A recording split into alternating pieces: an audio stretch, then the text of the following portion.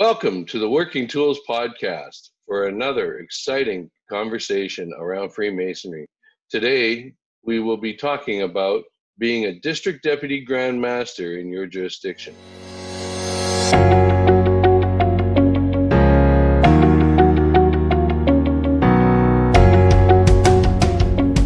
Ladies and gentlemen, brethren all, welcome to the Working Tools podcast, a casual conversation around Freemasonry. First, it's important to note that our opinions and thoughts are our own and do not reflect those of our Grand Lodge or respective craft or concordant bodies. Please connect with us and ask questions, either here on YouTube or on our Facebook page. We'd also appreciate a thumbs up and especially any comments on our videos.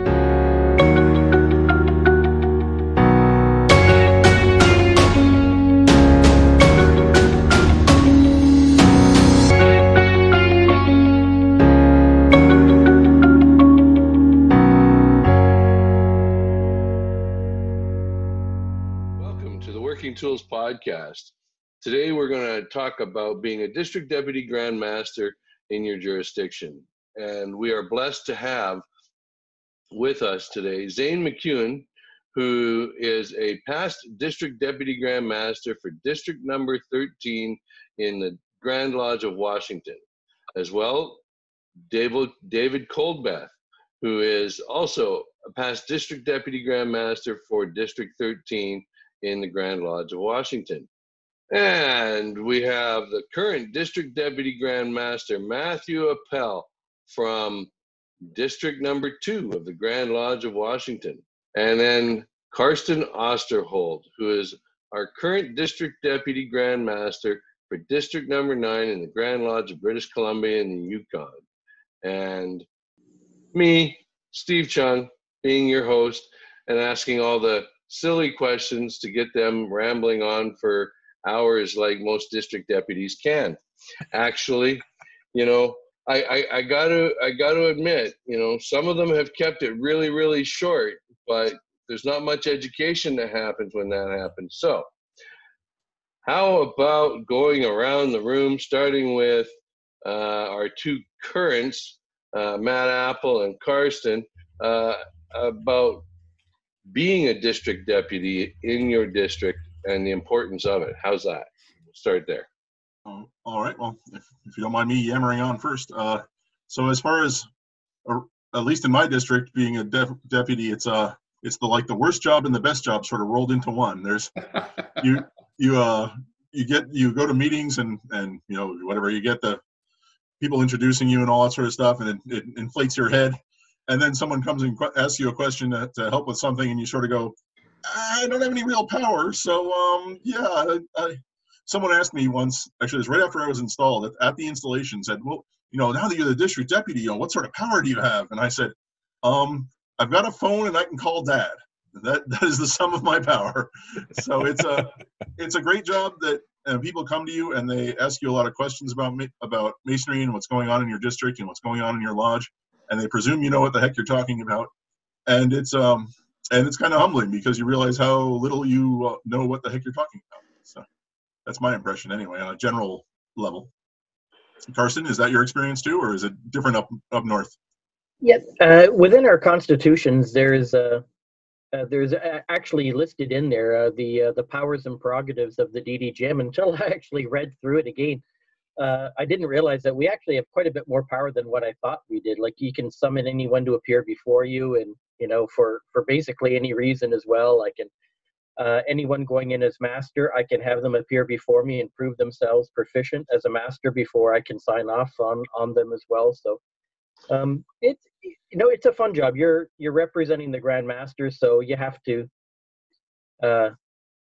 comport yourself in a certain manner, but of course, my reverent personality is always going to come out. So I am the person I am. So I always try to make people laugh. And at our official visits, we've got we're expected to do, not all the time it happens, but we're expected to deliver a Masonic paper, which we've written.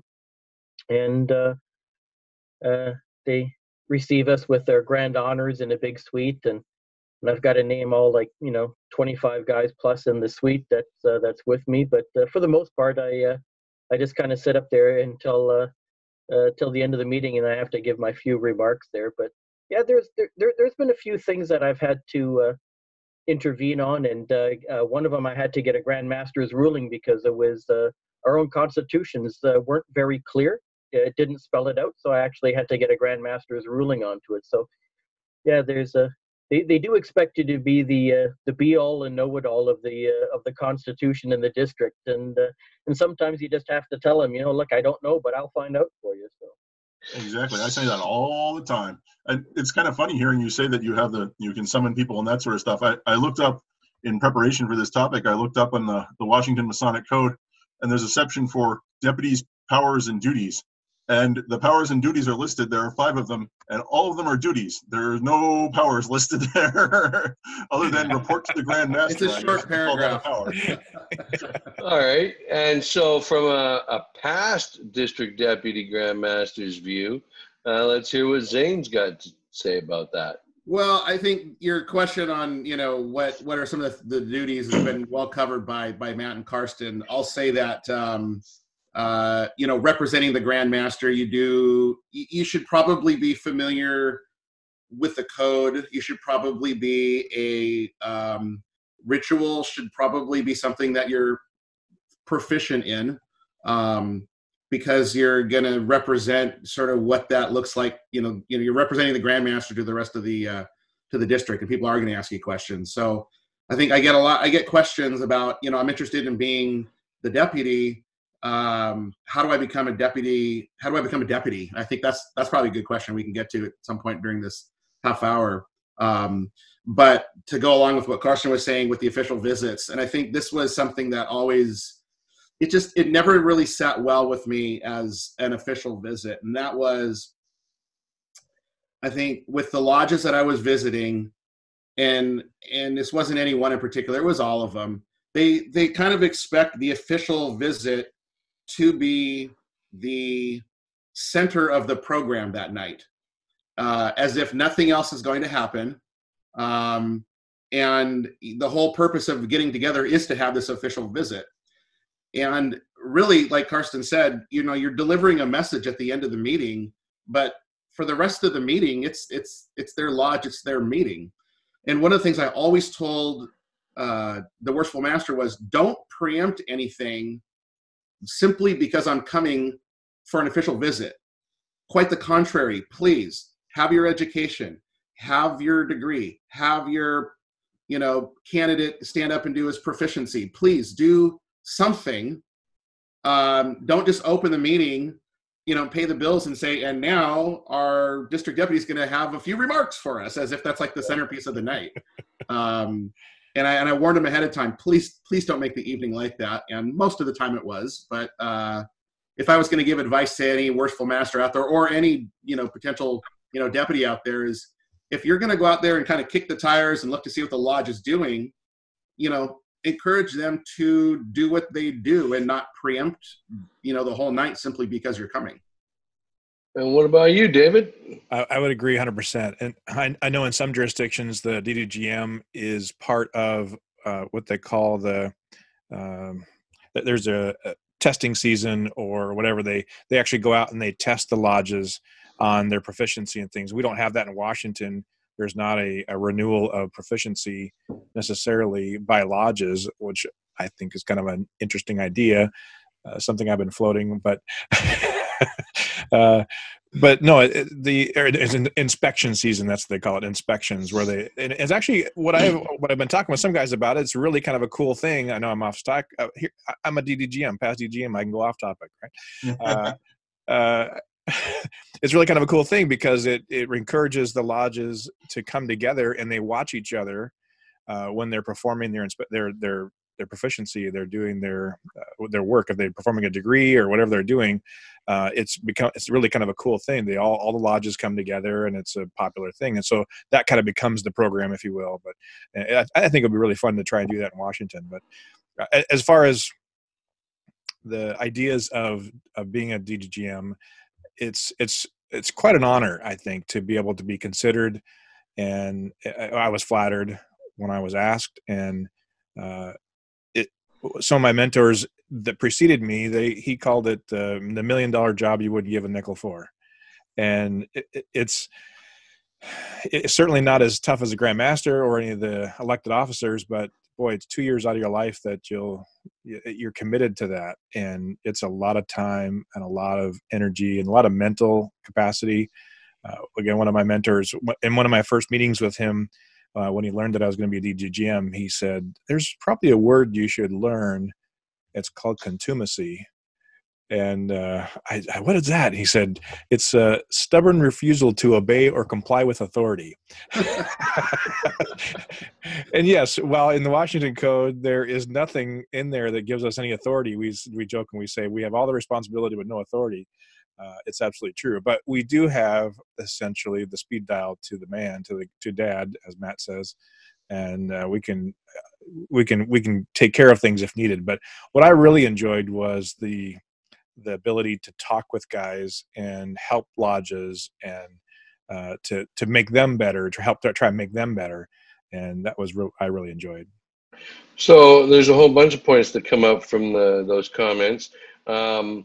One of them I noticed, so there's differences.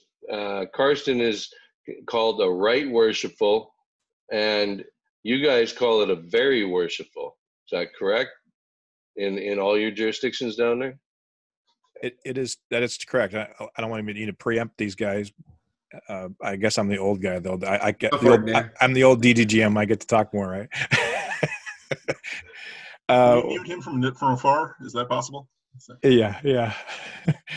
So we used to be right worshipfuls when they first instituted the DDGM program in Washington. We actually used to be called right worshipful, and then they changed that. And we were kind of joking in the last show that Wally Tofstad was a Grand Secretary at one point. He was also past DDGM, and I think it was actually of 13, but he belonged to Nissaquah Lodge, Nissaquah, and other northern areas from District 13, which includes where Zane and I are from. Used to be 12 lodges in District 13. Now there's only 9. And I believe he was district deputy in 13. It might have been 6, which is just north of us there with Issaquah. But anyway, when he was a right worshipful, of course, back in the day as district deputy. And then when he went in as Grand Secretary, then he was right worshipful still. And so somewhere in the 50s or so, it might have been after that, might not have been doing anything with Wally. I shouldn't disparage him, but I understand he was a nice guy. But I think somewhere in there is when they changed it. It was in the 50s, I think, to the very worshipful status. So they weren't the same as our Grand Lodge electeds. Our Grand Lodge electeds are considered right worshipfuls. Dave, do you know if back then did they keep right worshipful after their term, or were they only titled that during their 2-year term? I don't remember 100%. I think it was only during the term, but I don't remember offhand. I thought the switch had something to do with the permanency of a title change, and that's why they said that. And I think that's where very worship came from. I could be wrong on that, but that could be. I think it had something to do with the permanency of it. I don't know. Carsten, are you still right worshipful after your term? Yes, but when I go out, there's a committee made up of the head of the committee is a past Grand Master, and he'll put forth a recommendation of all the brothers that he felt that fulfilled their duties to keep their permanent rank, and then it gets voted on by the membership. So it's never been where somebody's not gotten it unless the grand whoever the past Grand Master has felt that he didn't do his duty. And so we've had the guys that don't get to keep their permanent rank if they just didn't do their job as a DDGM. But for most of the time, as long as you do your job, you do your visits. We've got to do reports on every lodge, look at their finances, look at their minutes, do all these things. As long as you do what's expected of you, you're recommended to keep your rank. And yes, I'll have that. I'll have the rank of right worshipful for forever. So is that the Board of General Purposes? No, it's actually at our annual communication, or what we call Grand Lodge. It'll be one of the motions that'll be voted on, and it'll just be made by a past Grand, and somebody will second it that the following brethren keep as permanent rank, there, and it's and all the brethren are listed who held office throughout that year for Grand Lodge. And that's another. Go ahead, Zane. Go ahead. No, that was another interesting thing. Carsten only has to do that job for a year. You guys had to do it for 2 years, eh? Technically it's 2 1-year terms. So the one Grandmaster will appoint you, and if the second guy doesn't like you for whatever reason, he doesn't have to appoint you for a second year. But the vast majority of the time, it happens that you get appointed for a second year. Actually, we just changed our code a year or 2 ago, maybe, that now they can appoint you for a third term, because I guess some of the districts out in the eastern side of Washington, where the population's a little more sparse, they were having trouble finding people to fill the job. And there's some caveats on that. If you get appointed for a third term, you have to be, more or less, you have to be actively engaged in figuring out who's going to take it over, which in theory you were before. But yeah, so we generate, aside from the fact that there's 6 districts, we generate district deputies a little more slowly because it's usually a 2-year term.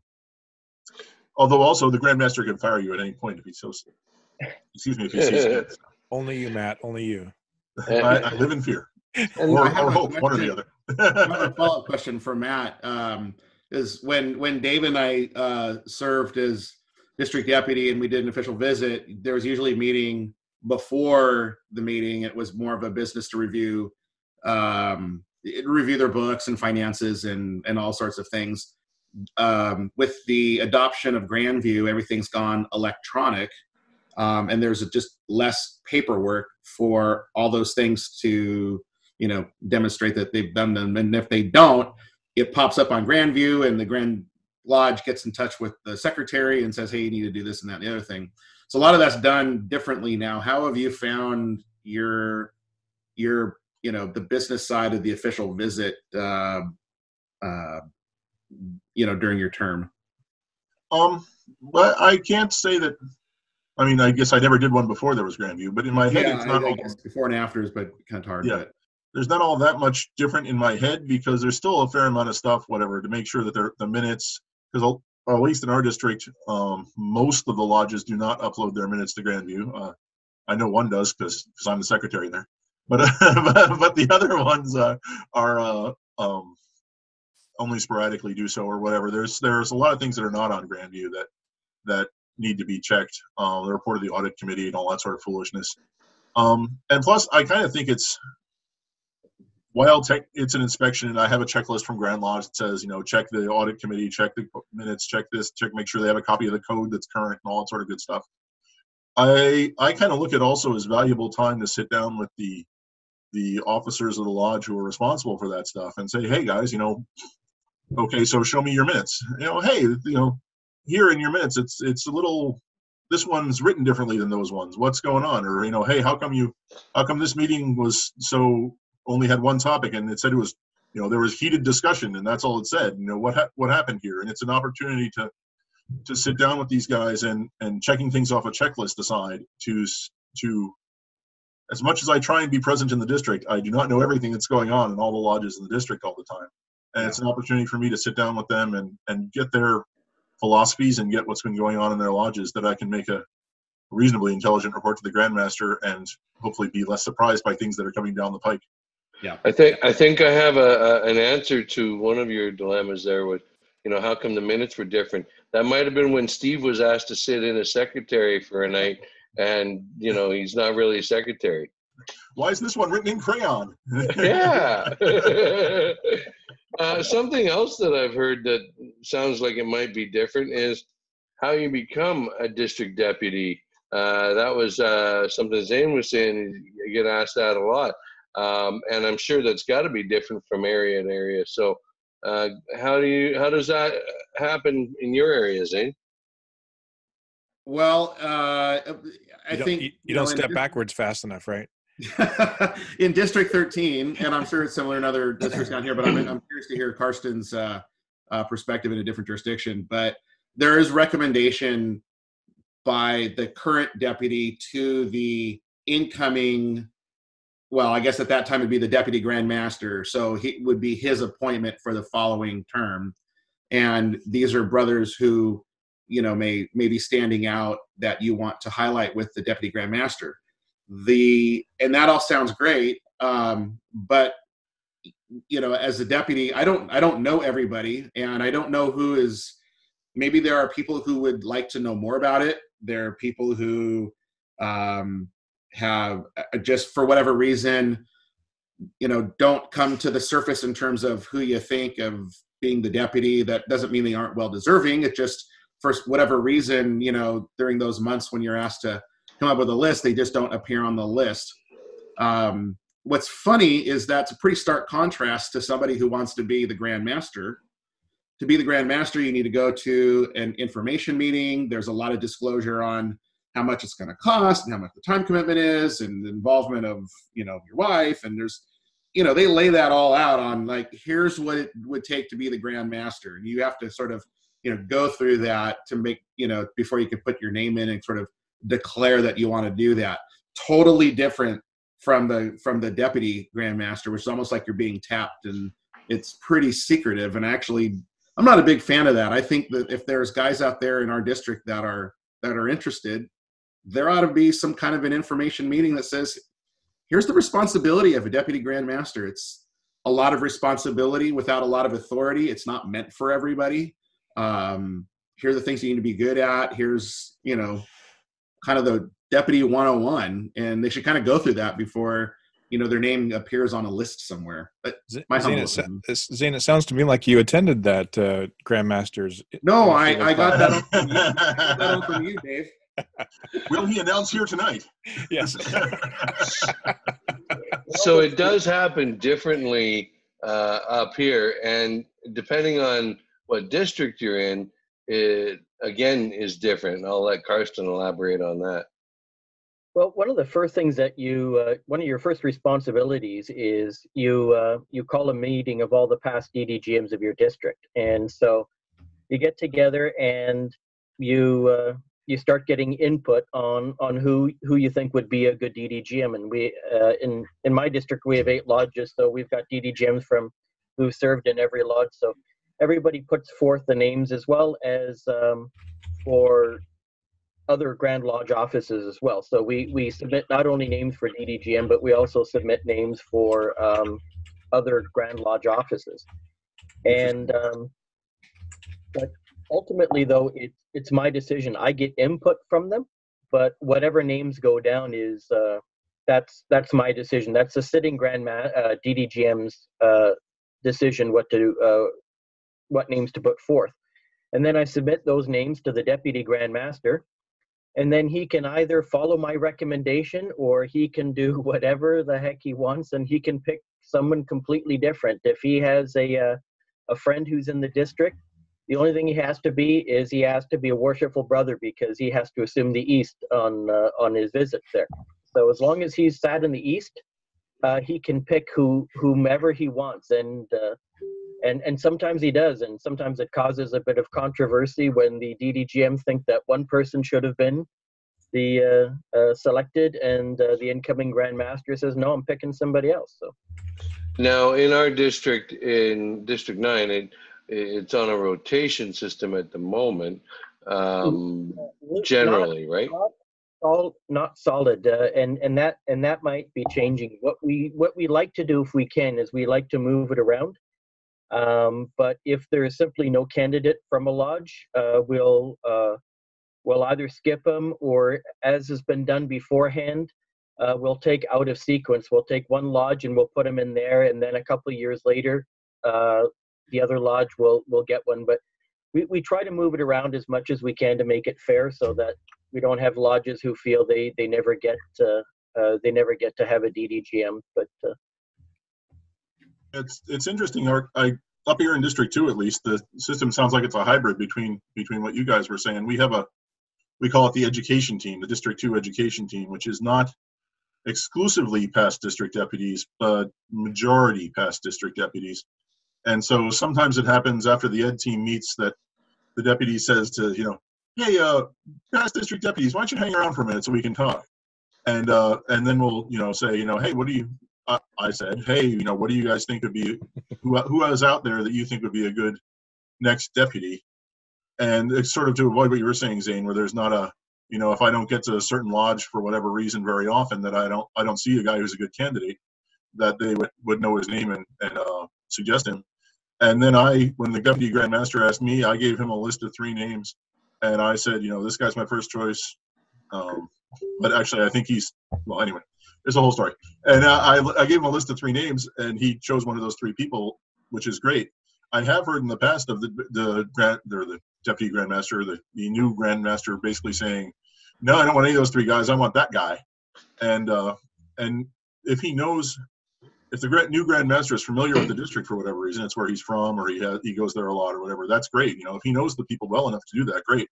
But if he's from the far western edge of the state, and there's some district on the far eastern side of the state that he needs a DDGM for, he relies, probably not completely, but to a great deal, on who the district deputy suggests. It'd be interesting to get into some of the things that you're maybe most proud of, or areas where maybe have some frustration, or just a little more into your experiences as a deputy and not becoming deputy.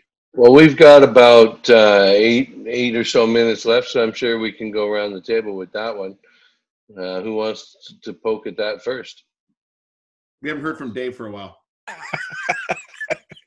For sure, right? For sure. I'm always the one with lots of information, something to say, right? I don't know. Spoken like a deputy. Talk to him. Right. Talk to him. Well, that's a good point. One of the things that was, I'm sure, very popular, I would imagine everybody would say, is that a master would come to you and say, "Well, what do you think?" Or what should I do here? What should I do here? And again, I was counseled to always say, well, let's go look at the code, or what does the code say? Our constitutions, we call it. And so it always would try to refer to what the code says. And people kind of called me the code guy, but I'm okay with that. At least I know that that's what we're following, right? And that's what's written for. And yes, there's a little bit of interpretation involved there, but I don't feel like I can interpret that. That's the Grand Master's job, or jurisprudence, the Committee on Jurisprudence, to interpret what the code may or may not say. It says what it says, and then any interpretation is beyond my rank. So, one of the things that just popped in my head, one of the things that I used to talk about was our proficiencies. A lot of lodges in our area, and I don't know about in Canada, but a proficiency for a guy to advance to the next level of degrees or to advance in office, they have to prove their proficiency. And there's, of course, in our code, our constitution, it says that the lodge is the sole judge of proficiency. And so whatever that proficiency, ultimately the lodge decides, is what he can pass with. Now the code does have a list of minimum things that they must pass. But I believe that since the Constitution says that the standard work is the only work and you will do no other, and in the standard work there isn't a short version of the proficiency, in my mind the code is implying that the full posting lecture is the true proficiency. And so if a lodge decides to not require what the standard work requires, which is what the code requires, then that's up to the lodge, I guess. But to me, it's those intricacies, just like with our degrees. If you look at the standard work, and there's not a lot of stage direction, I call it, in our standard work. It doesn't give us a lot of things to do, but if you read the standard work, it does give you some direction on who should be where and what they should be doing and what position they should be in. Just like the code, if you look at how the code is, it's interesting how, I don't know if they did it on purpose that way or if it just kind of has fallen into place that way, but the code and the standard work and other things all seem to just come together and line up well in most cases. But that's what jurisprudence is for, right? Carsten?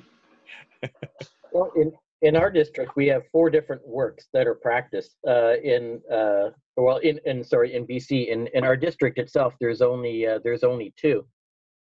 However, they say there's only 2, but most of these lodges, save for one, are grandfathered. So that means whatever ritual you had before Grand Lodge imposed that any new lodge coming in, you're going to have, if you're Canadian, this is the ritual. If you're ancient, this is the ritual. Emulation, this is the ritual. All the lodges, save for one, are grandfathered there. So when they say that we have, in my district, in District 9, that we have only 2 different rituals. In reality, we have 8, and it's sometimes hard to follow along because the way they do their wording, even in the opening and closing, the way they stand and hold signs, there's quite a bit of difference there. So it makes it difficult for a DDGM when you're trying to follow along to see if everyone is doing it right. When you have most of the lodges, they all have some of the quite noticeable little differences within the lodge, but they're minor things. I mean, overall, so far I'm about halfway through my term. I've really enjoyed the experience. I've had tremendous support from the brethren. I've had big turnouts for all my meetings and a lot of warm wishes. So it's time consuming. I just finished the stretch. I was out 7 out of 9 days. So it's a big part of your life that you have to give up for it. But overall, it's been a much more positive than any kind of negative experience for me, anyway. That sounds like a regular Masonic schedule, 7 out of 9 days. Only one night a month, I swear. Yeah. Right. Now, Matt, how about you? Gosh, the things that I remember most, this is going to sound worse than I think it is the things that almost went horribly wrong and didn't. I like to think because of me. We had, people would come up to me and say, I'm pressing Masonic charges against that guy. We need to throw him out or whatever. And, okay, so let's sit down and talk about this. Why do you feel that way? What would be the goal in doing this? What's the let's sit down and figure out what we're doing here. And if this is the right time to do it, if someone's being charged with something legally, hey, that's some pretty good evidence. If you just have a bad feeling, it's, so we had situations like that, or situations where guys just aren't getting along in lodge or whatever, for whatever reason. And being able to step into some of these situations and, despite having no real authority, being able to say to these guys, hey, let's sit down and talk about this, or let's at least get to a point where we're not yelling at each other in open lodge, and that sort of thing is I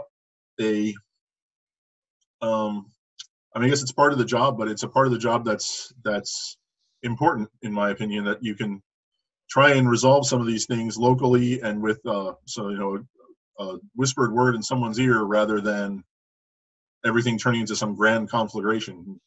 Like I said, I still think that sounds worse than it actually is, but it's important, I suppose.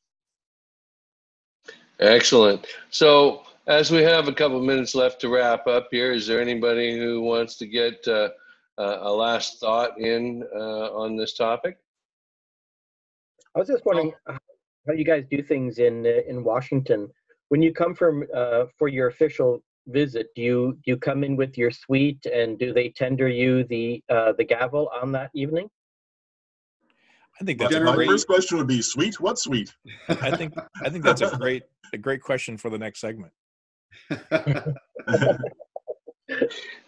All right, so I think that we're going to wrap this part 1 up and come back and get into a part 2 by the sounds of it. I look forward to seeing you all in part 2.